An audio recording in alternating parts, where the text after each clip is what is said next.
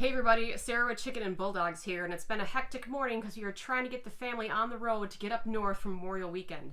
Now you may be thinking of holding off on getting backyard chickens because you like to travel and you're frequently gone from home, and I'm here to tell you that may necessarily not be true, and here's why. We're going to be out of town for a total of 2 days, and if you can leave a cat home alone with a big bowl of food and water and some catnip, it can be fine. The same applies to your chickens. Now, if you're a suburbanite or urbanite like myself, you probably don't have a large flock to take care of, so this makes this task even simpler. In fact, you may find that getting your chickens ready is probably one of the more easier tasks that you have to do here when it comes to leaving town. Ready to do your cabbage wheel? In like 2 seconds. So it doesn't take a whole lot of work, and basically all you're going to need to do is make sure they have enough food, water, and shelter, and maybe an extra snack as backup. Speaking of backup snacks, I got myself a nice head of cabbage here. Chickens are escaping.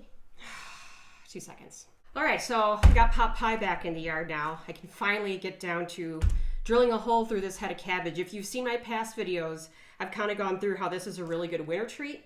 It's also a really good summer treat too because it's nice and cool. Now, if there's ever a problem where their feeder isn't working or their water isn't working, they can still get moisture and some sustenance from this head of cabbage. So I like to have a backup just as a fail-safe. So basically, you take the core here.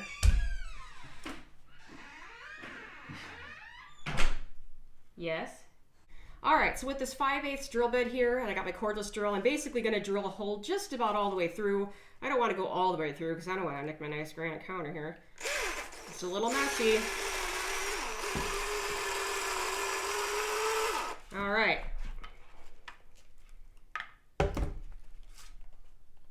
Now I'm going to go bring this outside and put it on our eye bolt. Okay.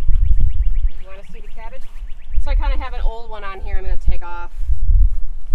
There you go. Thank you. Basically, we have a nut that I'm undoing on this eye bolt. There's a couple washers that hold it in too that I'm going to take off. Pot pie's laying an egg. Excellent. Okay. So I'm going to take this old one off. Will you guys go toss this? And then I'm going to put the new one on here.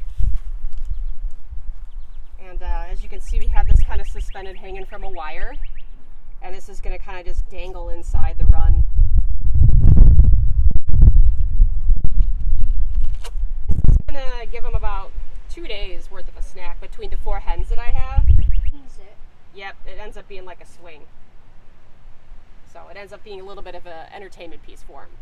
The next step, I don't know if you can see this, but I got a little bit of algae forming in the water. And I'm going to wash this with some soap and water. I'm going to fill it up. Right. See? This is the algae that's starting to grow in there. So we got to take care of that. This is what their food looks like.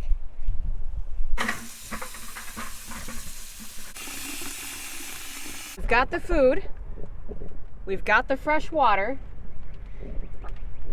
It's pretty clean in here, and a train is coming.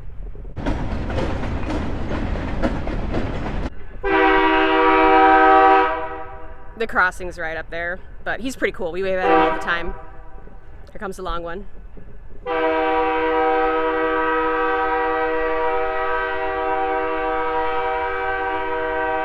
There we go. Hey guys. I'll get a couple of minutes in with these girls before I get them in the run, but it's pretty easy to do. The last thing I want to touch on, so we did the snack, we did the food and the water, and the third thing to touch on is shelter.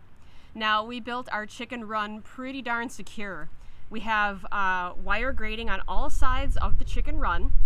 We even buried it 2 feet underground, going 2 feet out to stop against animals that like to dig, like raccoons and possums. And then the top of it also has a polycarbonate roof. So we're going to keep out aerial predators.